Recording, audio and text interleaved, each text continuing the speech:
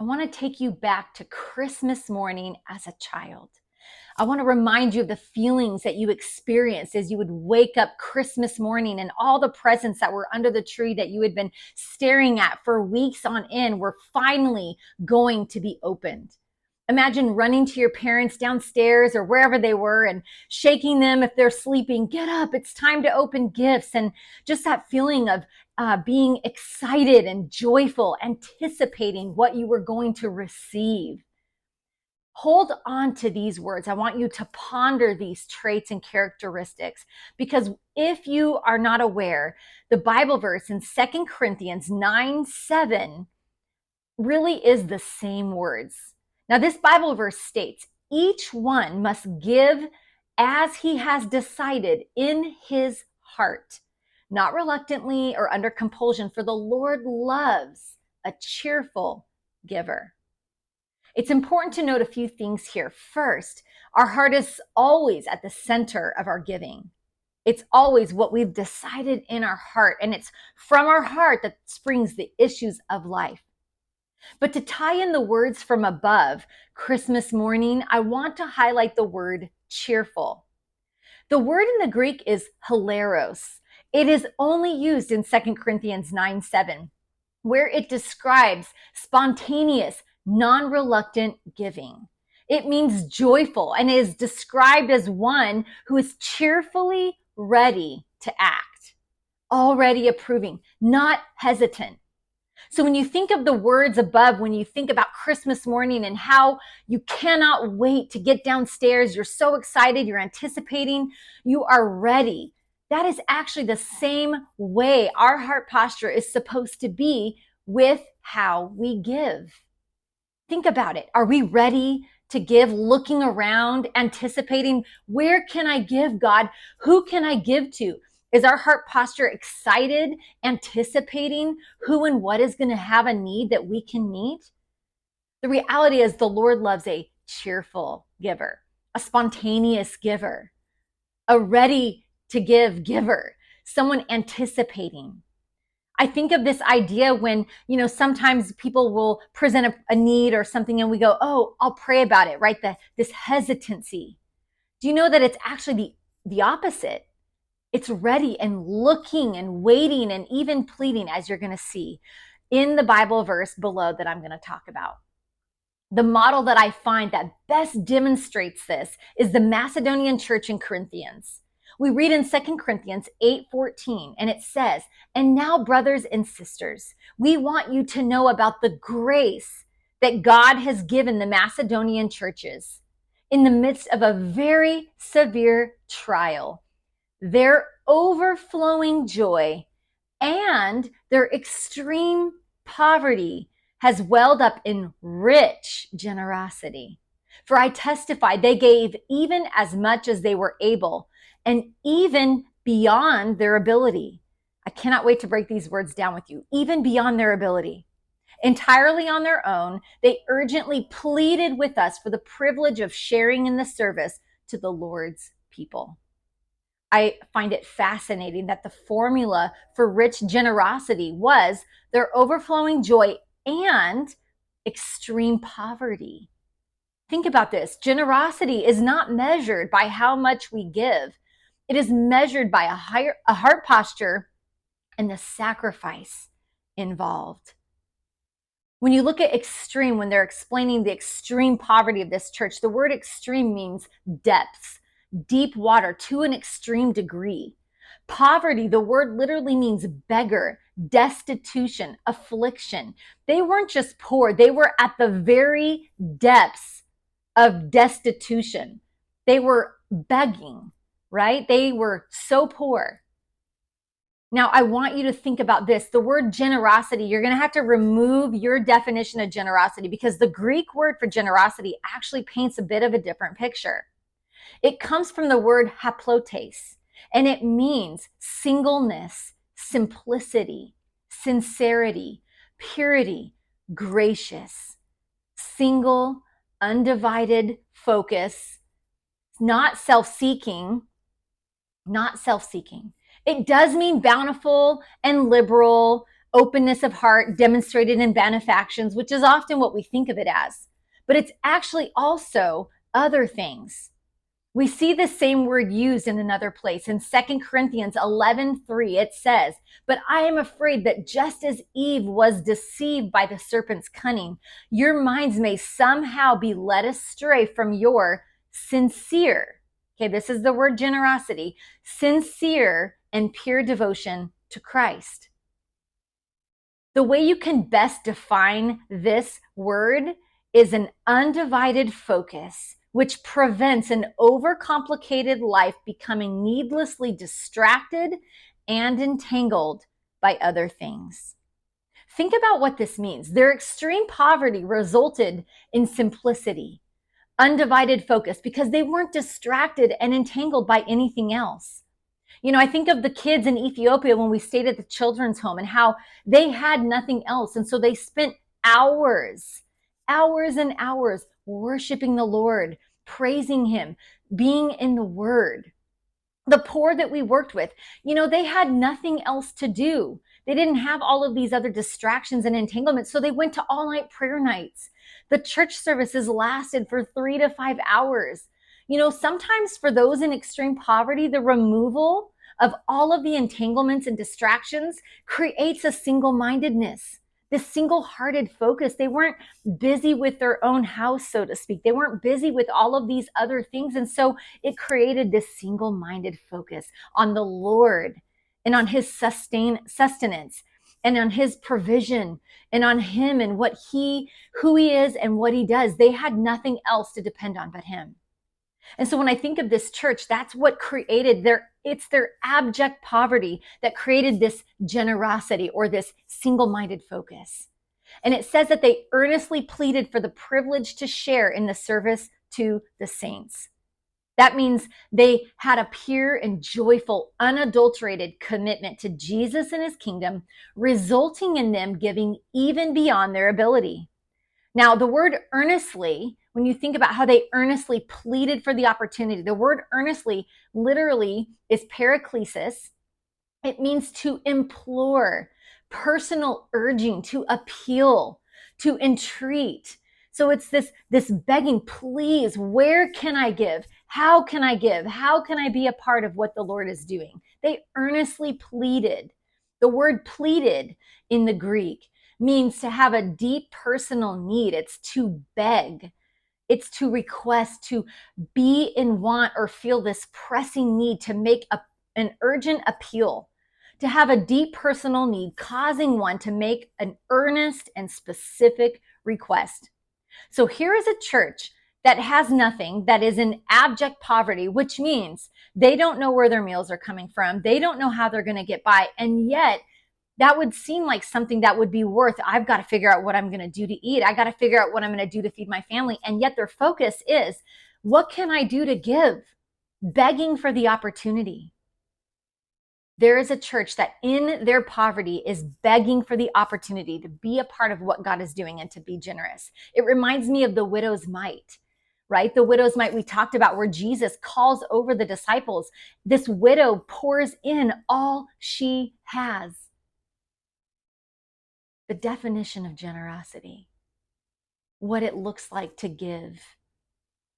And I think of this heart posture of privilege. They considered it a privilege. The word is 5485. It's actually grace. They considered it a kindness, favor upon the ill-deserving, granting to sinners the pardon of their offensive. The same word privilege, they considered it a privilege to share in the service of the saints, to share in the service of the saints. It was a blessing. It was a credit to them. It was a gift. They had gratitude about it. This amazes me when I think about their heart posture in giving, how it reflects the heart of God. Even in desperate need, they considered it a privilege to give and earnestly pleaded for the opportunity to do so. God began to challenge me and contrast my heart posture when I give. Is my heart posture this way? It's critical to examine our lives and our heart in regards to our possessions and our money and how we posture our hearts when we receive something. Think of me with the gift card. I received this gift card. It didn't even cross my mind. Maybe God had another plan with it. It was mine. I didn't even think about the privilege of doing what God wanted me to do and giving to this girl. You know, the Bible says where our treasure is, our hearts will be. And when we have set our hearts on our possessions and our pleasures and ourself and our kingdom, building our own house, we will struggle with giving generously because our eyes are going to be fixed inward on our own wants and our own needs and our own passions and our own desires, not outward. We're not looking, oh, who can I bless and who needs help and where can I give? Guys, it's all about where our heart and our eyes are focused on our own house, on our own kingdom, or on Him and what He's doing. And so what we find sometimes is instead of feeling honored and privileged to give to the Lord and His people, we actually feel pressured or under compulsion instead. We may even find ourselves feeling irritated or put off by the bombardment of people asking like, oh my gosh, everyone is asking for something. Oh, it's Giving Tuesday. There's 500,000 requests. And the reality is we should be more excited about things like Giving Tuesday and all of these requests than anything else. Our response will honestly identify where our heart genuinely stands and how loosely we hold onto things. How do we hold on to our possessions? And it will also highlight our perspective as to whom they really belong anyways. The Bible says, freely we have received. Freely we give. As freely as we receive something is as freely as we should be willing to give it away. Now, I want to make a final note because the end of this verse states something really powerful. It says that they not only gave, but they did so beyond their ability. The word ability in the Greek is dunamis. Dunamis. It means miraculous power. Power through God's ability. Marvelous works. It's the same word used when the Bible explains that the same power, the same dunamis that rose Jesus from the dead lives in us. In Matthew 26, it says, from now on, you will see the Son of Man seated at the right hand of power. That word power is actually capital P. You will see him seated at the right hand of power himself. That's the word dunamis. Dunamis power. Matthew 22, you are wrong because you do not know the scriptures nor the power of God. That is the word ability. So what it means is that they actually gave through the power of God's ability. Like they gave beyond their own ability. It was supernatural, miraculous ability. The word literally means, like, I want you to think of this in a term of a 1 rep max in weights. I don't know if you're familiar with 1 rep max. You know, you do 6 reps or 8 reps, but a 1 rep max is all out. It is to failure. It is how much weight can you lift in 1 repetition. 1 repetition. It is everything that you have. So when you think of that they gave beyond their ability, it meant that they actually gave all out everything they have, like 1 rep max. And it would require of them the dunamis, miraculous power of God to do it. Do we give this way? That it actually is so, it takes so much that we can't even do it without the miraculous power of God? It makes me wonder if that's why Jesus said when he watched the young ruler walk away, with man it's impossible, but with God all things are possible. I don't know about you, but I don't always ask God for that kind of miraculous power in me, through me, so that I can give according to God's standard, even beyond my own ability. We cannot be generous without the dunamis power of God. And if we think that we're generous and we're not giving beyond even what we're able, if we're not spontaneous and ready to give and all in, we don't meet God's definition of generosity. True biblical generosity will require his supernatural dunamis power to complete, because we cannot do it without him. And the same way that our kids run out on Christmas morning to open their gifts is the same way that we should feel. We're looking for the opportunity and urgently pleading, calling a ministry, calling a church, calling missionaries. What can I do? How can I give? How can I be a part of it? The reality is if we could fully grasp who he is and what he has done for us, that we would recognize all he has so lavishly given us, how could it result in anything less?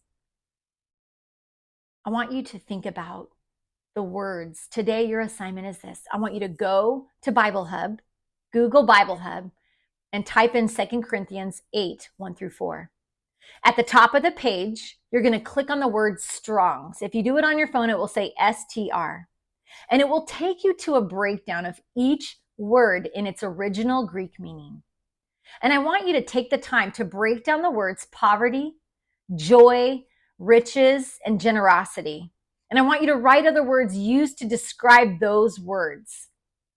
As I mentioned, the definition of generosity was so surprising to me because yes, it included those words of liberality and generosity or bountiful, but its primary definition was singleness and simplicity.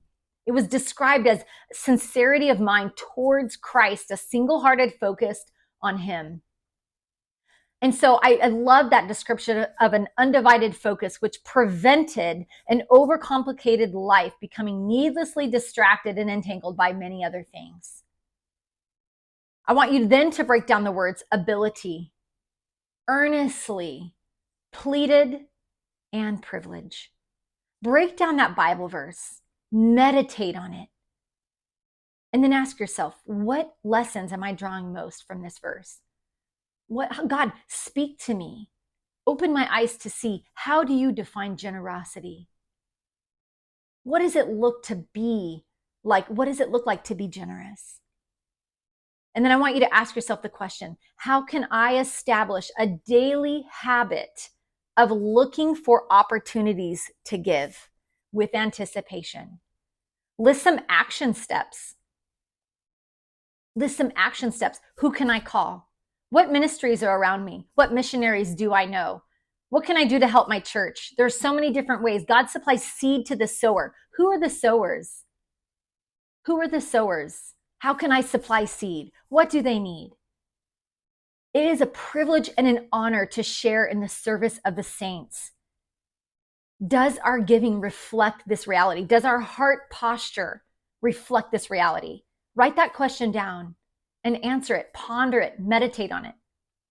To what extent does our giving reflect a deep personal sacrifice? Do I access the dunamis power of God when I give? Is my giving so radically generous that I cannot do it without Jesus? What's the biggest sacrifice I have made to support the furthering of ministry? Is this level of giving an exception or a rule in my life?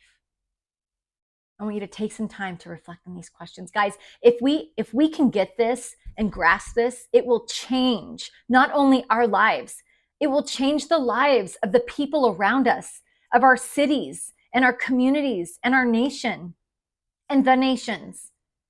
It will bring people back to the church as a city on a hill, because they would see that we live like the Acts 4 church, that people are going and selling houses and lands and fields, laying them down at the apostles' feet to distribute to any who had need. This isn't the socialism where the government takes it and funds what they want. This is the church being radically generous, choosing in freedom how they want to steward their money. And they are so single focused on the Lord and what he's doing and how they can be a part of it, that they consider themselves privileged and honored to do so, that they are willing to sell their things, their houses and their lands, to lay it at the apostles' feet, to give it to anyone who had need. This is kingdom biblical generosity. And this kind of generosity will change the world.